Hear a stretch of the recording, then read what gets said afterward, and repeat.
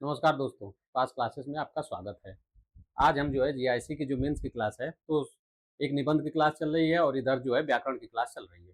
ठीक है ना? तो निबंध की क्लास वहाँ पे इंट्रोडक्शन कैसे दिया गया है, सारी चीज़ें बताई गई हैं। उसके साथ-साथ हम समास को शुरू किए थे। तो समास पे पहला मैंने इंट्रोडक्टिव क्लास दे दिया था और उसमें समास क्या होता है, समास की परिभाषा आप कैसे लिखेंगे, जिनका लिटरेचर में उनको मेंस के थ्रू था, तो चूँकि उससे परिभाषा कैसे निकाल सकेंगे, इन बिंदुओं पर मैंने बात की थी कि आपको कोई भी चीज़ रटना नहीं है। और मैंने बताया था कि देखिए, समास ऐसे था, चूँकि उन सारी बिंदुओं पे मैंने बात की थी। आज जब हम बात करेंगे तो उदाहरणों पे बात करेंगे। सबसे बड़ी बात ये है कि जब हम इस क्लास को शुरू किए हैं तो बहुत सारे बच्चे परेशान हैं कि उनको क्या दिक्कत होगी, कोई पढ़ाने वाला नहीं है, उनकी चीज़ें समझ में नहीं आ रही हैं। तो सबसे पहले तो ये है कि आप अपने मन को, टूटे हुए मन को एकदम व्यवस्थित करिए और मजबूती के साथ खड़े होइए। जैसे होता है ना कि जैसे जंगल का राजा कौन होता है? शेर। कैसे मान लिया कि राजा शेर है? देखिए, सबसे अगर इस तरीके से देखेंगे तो सबसे ऊंचा कौन होता है जंगल का? जिराफ होता है। सबसे लंबा कौन होता है? सबसे लंबा जिराफ होता है या ऊंचा जिराफ होता है। सबसे जो है कि भारी कौन जानवर होता है? हाथी होता है। शेर इन किसी भी कैटेगरी में नहीं आता है। सबसे चालाक कौन होता है? लोमड़ी होती है। सबसे फुर्तीला कौन होता है? चीता होता है। शेर इस भी एक कैटेगरी में फिट नहीं बैठता, लेकिन फिर भी वो जंगल का राजा बना हुआ है। क्यों? क्योंकि उसने अपने आप को मान लिया है कि मैं जंगल का राजा हूं। ठीक है? तो ठीक इसी तरीके से जब आप पढ़ने जाएंगे तो मान लीजिए कि आपने क्रैक करके आया है प्री के एग्जाम को, तो आप ही एलिजिबल है मेंस के लिए और आप ही वो करके दिखाएंगे और सफलता के राजा बनेंगे और अपनी कुर्सी पे बैठ के सबको जो है पढ़ाएंगे। ठीक है दोस्तों, चलिए हम आज बात करते हैं समाज पे। तो समाज पे मैंने पहले दिन की क्लास में जो है कि आपको बताया कि कैसे मैंने भूमिका बताई, कैसे परिभाषा बताया, और आज मैं सीधे आपको बताऊंगा कि किस समाज की कौन सी पहचान है। ठीक है ना? तो चलिए आज इस क्लास पे आते हैं सीधे सीधे। ठीक है, ये देखिए, चूंकि समाज को जब मैंने किया है तो चूंकि तत्पुरुष समाज से शुरू हुआ है। अमूमन क्या करते हैं लोग कि तत्पुरुष से शुरू करेंगे, चूंकि मैं तत्पुरुष से आपको शुरू करूंगा। तो सबसे बड़ी बात यह है कि तत्पुरुष के जो है मैंने आपको बताया था कि इसमें कारक कारक है, और कारक मैंने कितने बताया था?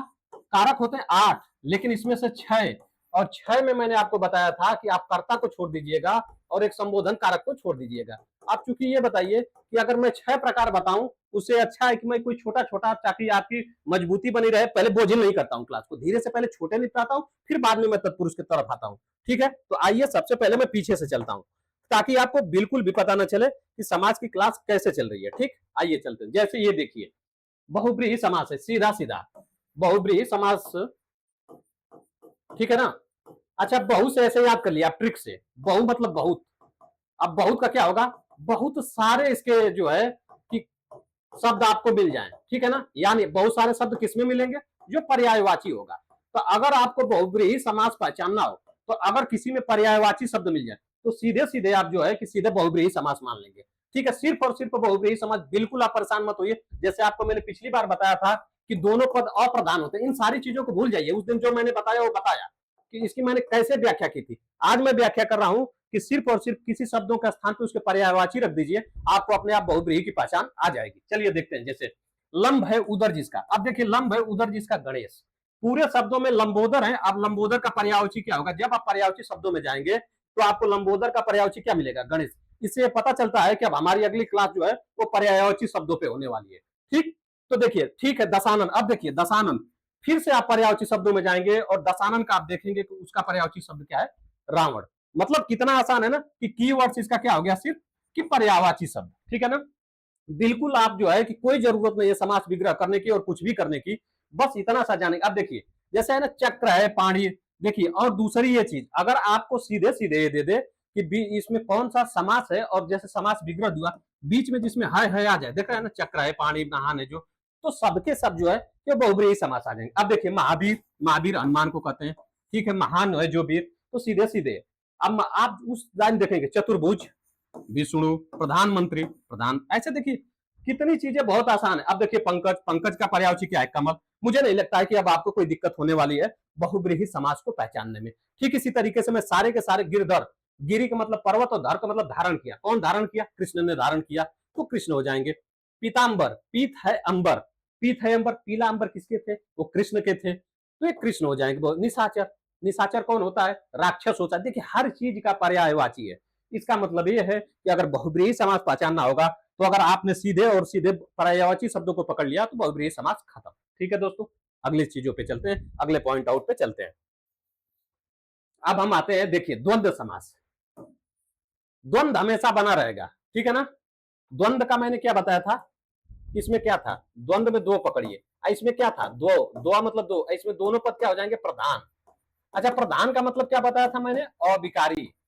और अब अच्छा देखिए, इस क्लास को पढ़ने के लिए मेरी पहले की क्लास को आपको निश्चित रूप से देखनी होगी कि मेरी पहले क्लास में मैंने वो कैसे कॉन्सेप्ट समझाया है, ठीक है ना। तो अविकारी, और अविकारी का मतलब जिसमें परिवर्तन नहीं होगा। जैसे कैसे नहीं परिवर्तन होगा, कि नदी, और जैसे नदी नाले हैं, तो नदी देखिए सिर्फ नदी वैसे की वैसे ही है, नाले वैसे का वैसा ही है, सेम है। इसमें काल, वचन, लिंग, स्थान, समय के अनुसार बिल्कुल कोई परिवर्तन नहीं हो रहा है, ठीक है ना। और दूसरी ये चीज, मैं अगर इसको पहचान बताऊं, तो जिसमें भी ये हाइफन वाला चिन्ह आ जाएगा, देखिए ऐसे करके हाइफन वाला चिन्ह आ जाएगा, ये सीधे और सीधे कौन से समास हो जाएंगे, द्वंद्व समास हो जाएंगे। मुझे नहीं लगता है कि फिर इन मामलों में आपको किसी भी तरीके की दिक्कत होने वाली है। एक तरीके से द्वंद्व की और एक पहचान होती है, विलोम शब्द कर लीजिए।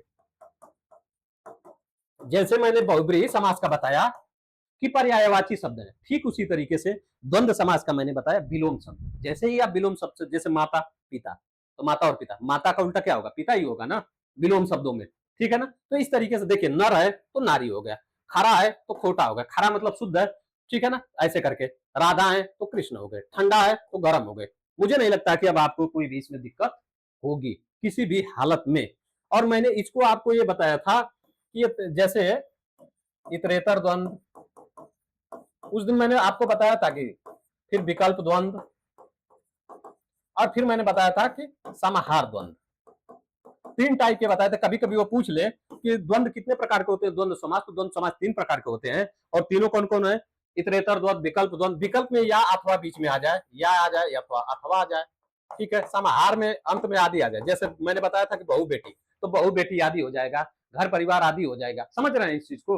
और इतरेतर में मैंने बताया था कि और, जैसे राम और श्याम, ऐसे करके वो आ जाएगा।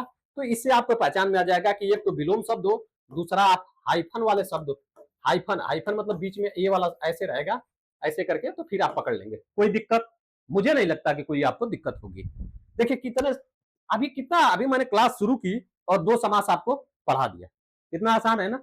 अगर ऐसे आप पढ़ते रहेंगे तो मुझे नहीं लगता कि कोई दिक्कत होने वाली है। चलिए आगे चलते हैं, इसमें और कोई दिक्कत आपको, पूरे उदाहरण को आप पढ़िए, अपना और पराया, और आ गया, देखिए और आ रहा है, या आ रहा है, देखिए मोल और तोल, उतार और चढ़ाव, तन मन और धन, तन 71, इक और 70। ये देखिए अगर वो पूछे 71, बहुत लोग परेशान हो जाएंगे कि द्विगु समास है। अरे भाई द्विगु समास नहीं है, द्विगु समास क्यों नहीं है बताइए, 71 संख्यावाचक है और द्विगु समास क्यों नहीं है बताइए। द्विगु समास वो तब होता जब पहला पद संख्या होता और दूसरा पद क्या होता, संज्ञा होता, तब ना वो जाके होता। यहाँ पे सीधे सीधे वो संख्या में है, संज्ञा की कोई बात ही नहीं हो रही है, तो फिर मुझे नहीं लगता है कि फिर इसमें द्विगु समास होगा। इस तरीके से आपको कि समझ में आ रहा है ना। संख्या प्लस मतलब संख्यावाची विशेषण, संख्या क्या होती है, विशेषण होती है, तो संख्यावाची विशेषण और प्लस संज्ञा, ये तब होगा द्विगु। इस तरीके से आप, और उदाहरण मैं पढ़ देता हूं, दीन ईमान तो दीन और ईमान हो जाएगा, आमद रफ्त, आमद और रफ्त हो जाएगा, वेद पुराण, वेद, देखिए सब में हाइफन है, इसी से पकड़ लीजिए ना। अब 64 आ गया, सिर्फ और सिर्फ 4 और 7। इस तरीके से ये पूछे, ये उदाहरण वेरी मोस्ट है, क्योंकि बाकी के तो सारे पूछ लगे, सारे आपको पता ही है, बस बचता कौन सा है, 71 और 64 वाला, इसलिए ये चीजें आपके पीछे पीछे हो जाएंगी। बिल्कुल मेरे प्रिय, देखिए इसमें हाइफन ये दिया भी है, योजक चिन्ह का प्रयोग कर देंगे दोनों के बीच में प्राय, तो इस तरीके से क्या हो जाएगा, ये द्विगु समास हो जाएगा, ठीक है। आगे चलते हैं, बहुव्रीहि का मैंने दो चार और बचे हैं, उसको भी बता दूं आपको, चलिए ये भी पढ़ देता हूं।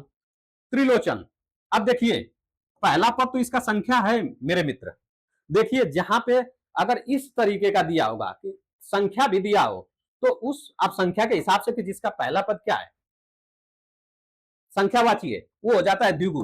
तो कभी भी आपको जब भी ऑप्शन देगा और इस तरीके के उदाहरण होंगे, तो या तो द्विगु देगा या तो बहुब्रीहि देगा, दोनों को एक साथ नहीं देगा, और दोनों को एक साथ देगा तो 100% है कि दोनों विकल्प सही होंगे, ठीक है। आगे चलते हैं,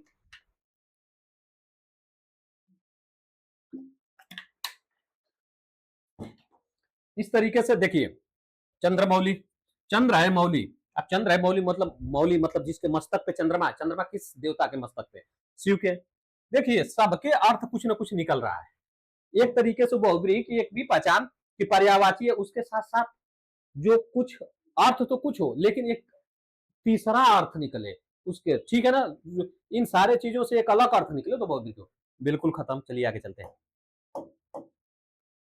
अब हम लोग आते हैं, अब देखिए द्विगु पे आ गए, इसको भी तुरंत खत्म करते हैं।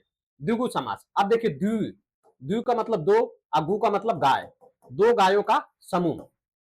ठीक है, यानी दो गायों का समूह, इसका मतलब अब दो गायें आ गई, अब दो गायें किसमें चलेंगी, समूह में चलेगी। इसमें क्या होगा, इसका मतलब अब देखिए, अब देखिए यहीं से परिभाषा आपको निकाल देंगे। अगर आप अच्छे विद्यार्थी होंगे और बिल्कुल अगर आराम से सुनेंगे तो मुझे लगता है, पता चलता है ना कि लोग पूछ दे कि द्विगु की परिभाषा, अरे यार लिखने को तो कोई भी लिख सकता है, लेकिन कैसे सटीक लिखेंगे, चलिए मैं ही बता देता हूं कैसे सटीक लिखेंगे। अब देखिए द्विगु, दो क्या है, संख्या, गाय क्या है, संज्ञा, और इस किसका बोध करा रहे हैं, समूह का। अब यही दो चीज पकड़िए, तीन चीज, मतलब ऐसा समास जिसका पहला पद संख्यावाची विशेषण हो, या सीधे सीधे लिख दीजिए कि ऐसा समास जिसका पहला पद संख्या हो और दूसरा पद संज्ञा हो और दोनों मिलकर क्या करें, समूह का बोध कराएं, वहां पे द्विगु समास होता है। बहुत सुंदर परिभाषा है, और इसके साथ साथ आप उदाहरण दे देंगे तो आपको 100 में 100% नंबर मिल जाएंगे। अब देखिए द्विगु, अब मैंने बताया कि इसमें संख्या, ठीक है, सीधे सीधी बात। अब देखिए इसमें देखिए जितने भी आएंगे उसका पहला पद, जैसे सप्त सिंधु में देखिए, सप्त मतलब 7 7, दो मतलब दोपहर में दो, दोपहर, दो मंजिला, त्रिवेणी में तीन, त्रिलोक में त्रि से तीन, चौराहा में चौ से चार, नवरात्र में देखिए 9, और सप्तऋषि में 7 पंचवटी। तो मुझे लगता है बहुत आसान है। इस तरीके से मैंने आपको तीन समास ऐसे पढ़ा दिए कि जो बहुत आसानी से आपको याद हो गए। कौन कौन, बहुब्रीहि समास, द्वंद्व समास, द्विगु समास। ठीक, आगे चलते हैं। अब हम आते हैं सीधे सीधे कर्मधारय समास पे। अगर आपने कर्मधारय और तत्पुरुष को समझ लिया तो समझ लीजिए पूरे समासों को समझ लीजिए। अब मेरे हिसाब से लोगों को सबसे ज्यादा यही दोनों कठिन लगते हैं। अब मुझे लगता है कि यही दोनों सबसे आसान है। समझ रहे हैं कैसे आसान है, मैं आपको बता रहा हूं। चलिए आपको बता रहा हूं, कर्मधारय समास। अब कर्मधारय मैंने आपको बताया था, इसमें क्या होगा कि विशेषण विशेष्य का संबंध होगा। अच्छा, विशेषण विशेष आपको बहुत भारी भरकम शब्द लगता होगा ना ऐसे, कि विशेषण और विशेष्य क्या है। अरे भाई, विशेषण जो किसी संज्ञा सर्वनाम की विशेषता बताए वो विशेषण है, और जो जिसकी विशेषता बताया जाए वो विशेष्य है। भाई स्पेशल हो जाएगा वो, एक तरीके से विशेष्य का मतलब ऐसा कर लीजिए ना, स्पेशल। तो अब जिसकी भी विशेषता बताई जाएगी वो स्पेशल है। समझ रहे हैं, ठीक, आगे चलते हैं। अब देखिए, अब यहां पे हम आते हैं। अब देखिए चरण अरविंद। अब देखिए, अब अरविंद जो आया, अरविंद का मतलब क्या होता है, कमल। इस तरीके से अब यहाँ पे चरणों की तुलना किससे हो रही है, कमल से हो रही है। मुझे लगता है कि ये चीज अगर आप ये समझ जाएं तो मुझे नहीं लगता है कि कोई आपको दिक्कत होने वाली है। ठीक है ना। और एक चीज और है, देखिए इसकी पहचान के मध्य में है जो आ जाएगा, कि समान आ जाएगा, रूपी आ जाएगा एक तरीके से। तो आप देखिए चरण रूपी कमल, देखिए चरण कमल है तो चरण रूपी कमल, कनक है तो कनक रूपी लता, कमल नयन है तो कमल के समान नयन है, प्राण प्रिय है तो प्राण, देखा है ना, प्राण के समान प्रिय है, चंद्रमुख है तो चंद्रमा के समान मुख है। यानी जैसे चंद्रमा के समान मुख, तो चंद्रमा एक तरीके से किसी आपके मुख की तुलना किससे की जा रही है, मुख से की जा रही है। और जहां पे भी तुलना की जाएगी सुंदरता की या किसी चीज को, विशेषण तो होगा ना कुछ जिससे उसकी सुंदरता बताई जाए। इतनी आसान चीज है, मुझे नहीं लगता कोई। जैसे भुजदंड है, भुजाओं के समान दंड आपका जो दंड है, ठीक है ना, जो दंड रूपी भुजा है, यानी जो लाठी के समान आपकी भुजाएं हैं, मतलब इतनी कठोर है, ठीक है। मृग नयन, अब आपकी आंखें कैसी है, मृग के समान है, हिरण के समान है, हिरणी के समान है। देखिए हर चीज में जहां पे तुलना का भाव आ जाए, जहां पे के समान आ जाए, जहां बीच में है जो आ जाए, तो इस तरीके से देखिए के समान आ गया, है जो आ गया, देख रहे हैं। हर चीज में अगर आप समास विग्रह कर सकते हैं तो समास विग्रह से, या डायरेक्ट अगर पहचान सकते हैं तो आप डायरेक्ट पहचानिए। नर सिंह है तब सिंह रूपी नर है, देखिए सिंह रूपी नर या सिंह के समान नर है जो, या नर रूपी सिंह, देह रूपी लता है, क्रोध रूपी अग्नि हो जाएगा, ठीक है ना। ये देखिए नीलकंठ, नीला है जो कंठ, नीलकमल, नीला है जो कमल। अच्छा यहाँ पे देखिए नीलकंठ में, अभी यही सारी चीजें जानिए। नीलकंठ, नीला है जो कंठ। अब नीलाकंठ किसका है, यहाँ पे चूंकि नील है, और नील क्या होता है, नीला, और नीला क्या हो गया, विशेषण। भाई रूप रंग गुण ये सब क्या होते हैं, विशेषण होते हैं। लेकिन नीलकंठ जो होते हैं वो शंकर भगवान को भी कहा जाता है। इसका तीसरा अर्थ जैसे ही निकला, तो इसका मतलब इसमें कौन सी समास हो जाएगी, बहुब्रीहि समास भी हो जाएगा। तो ये जरूर थोड़ा ना है कि इसमें अगर जो है कि कर्मधारय समास है तो बहुब्रीहि समास नहीं होगा, बिल्कुल होगा। अब कोई जरूर थोड़ा ना बहुब्रीहि है तो उसमें द्विगु समास क्यों नहीं हो सकता है। ये तो बात की बात है ना, कि उसमें उदाहरण कौन सा दिया जा रहा है। भल मानुष, भला है जो मानुष, आप अगर सीधे से, अगर कर्मधारय में बस ये याद कर लीजिए, है जो, ज्यादा का नहीं, है जो रूपी, ठीक है ना। एक तरीके से देखिए, महादेव महान है जो देव, महाराजा महान है जो राजा, महाविद्यालय महान है जो विद्यालय, अधमरा आधा है जो मरा। मतलब बहुत आसान है चीज। परम आनंदित है जो, शुभ आगमन, शुभ है जिसका आगमन, या शुभ है जो आगमन। तो बस इतनी सी सारी चीजें अगर जब आप करेंगे तो मुझे लगता है कि ये कर्मधारय समाज की पहचान है। ठीक है मेरे पे, आगे चलते हैं। अब आ गया समास, अरे तत्पुरुष समास। और हम लोग अब सीधे सीधे चलते हैं। ये देखिए, पहले तो यहाँ पे आ जाएंगे अव्ययी भाव समास पे। ये भी छोटा है, इस पे बात कर लेते हैं। अव्ययी भाव, इसको तो आपको ऐसे इसी में वाइब दे रही होगी कि अव्ययी में क्या होगा, जिसका अव्यय, इसका मतलब क्या होगा, अव्यय कौन होता है, अविकारी, यानी जिसके शब्दों में कोई परिवर्तन ना हो, अविकारी यानी अव्यय। और चूंकि ये अ पहला है, फर्स्ट है, इसलिए मैंने बताया था कि प्रथम पद प्रधान है, ठीक है ना। यानी इसका प्रथम पद प्रधान है का मतलब इसका प्रथम पद पहले जो है कि क्या होगा, वो बदलेगा नहीं, उसमें कोई परिवर्तन नहीं होगा, ठीक है ना। अब देखिए, अगर किसी ने उपसर्ग पढ़ा हो तो खूब आसानी से अव्ययी भाव को पकड़ सकता है।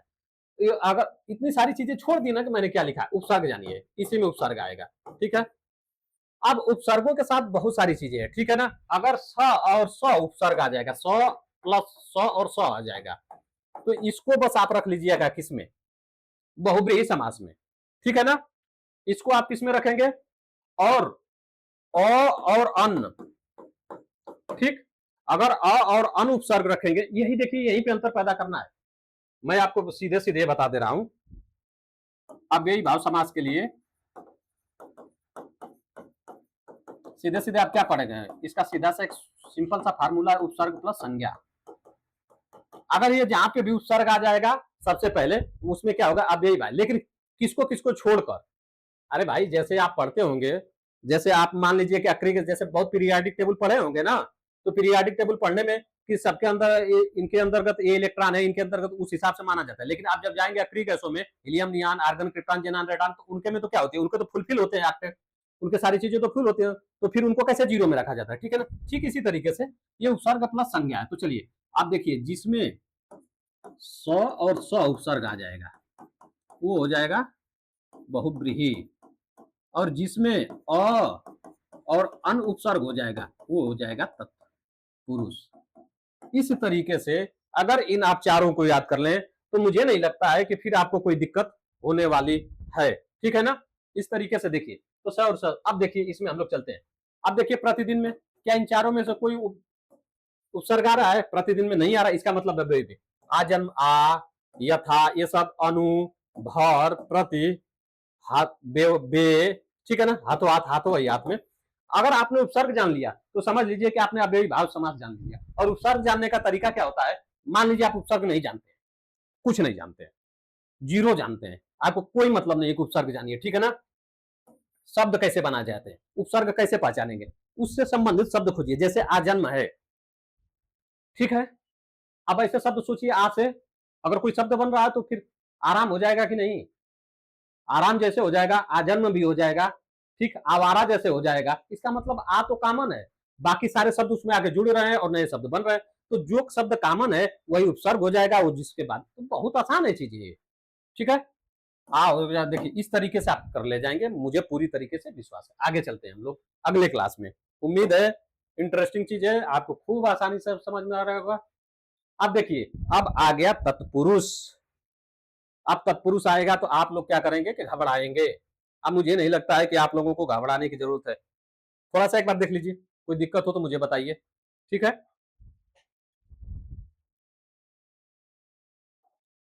तत्पुरुष को मैंने क्या बताया था,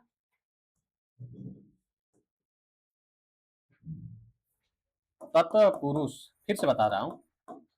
इसमें देखिए दो है, तो इसका मैंने ऐसे ट्रिक बताया था कि द्वितीय पद प्रधान, यानी दूसरा पद क्या हो जाएगा, अविकारी हो जाएगा, उसमें कोई परिवर्तन नहीं होगा। क्यों नहीं होगा, आप देखिए द्वितीय पद प्रधान कैसे हो रहा है। आप देखिए इसमें करुणा भी है और पूर्ण भी है, ठीक है, लेकिन करुणा से पूर्ण, पूर्ण वैसे का वैसे है कि नहीं है, कोई दिक्कत नहीं, दिक्कत। अब देखिए भय से है, भय आकुल में देखिए तो इसमें जुड़ जा रहा है भय से, लेकिन यहाँ पे आकुल है तो वैसे का आकुल यहाँ का है कि नहीं है।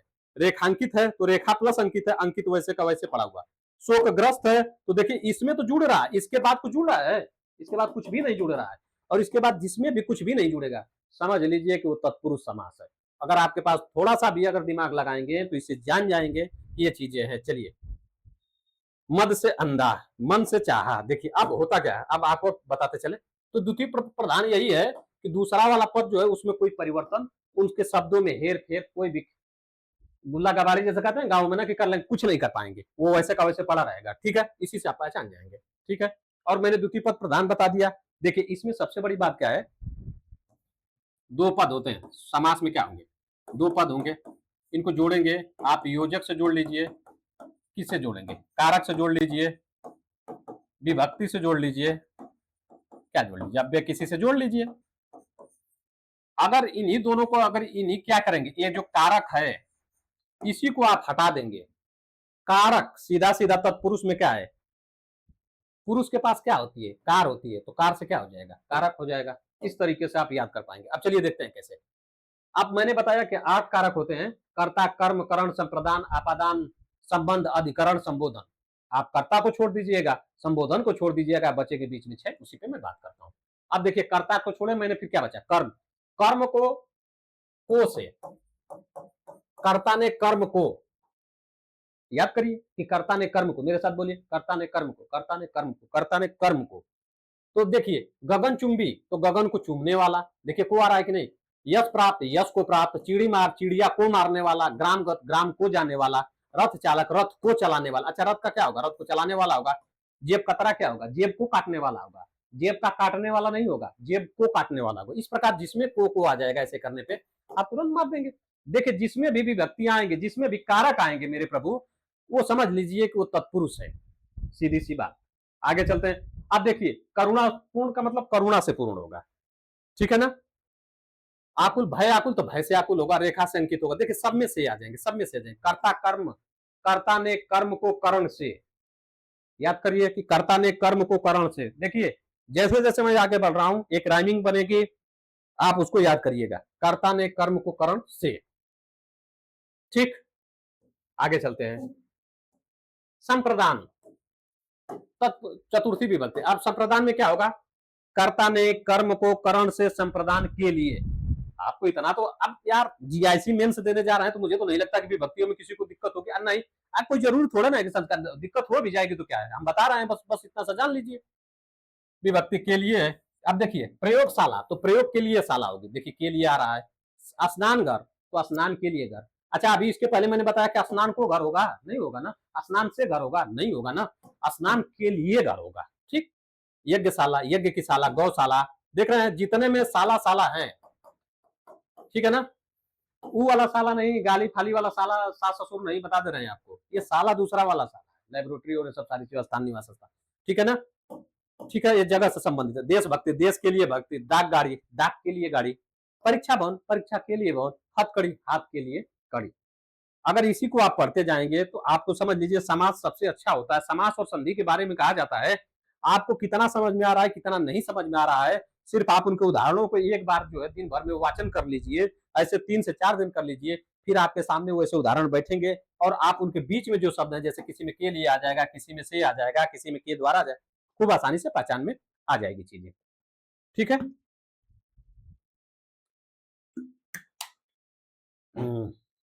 आगे चलते हैं। अब यहाँ पे चलिए आप लोग, आपादान। आपादान का आप मतलब जानते होंगे कि अलग करना होता है, बीच में से आ जाए, ठीक है ना।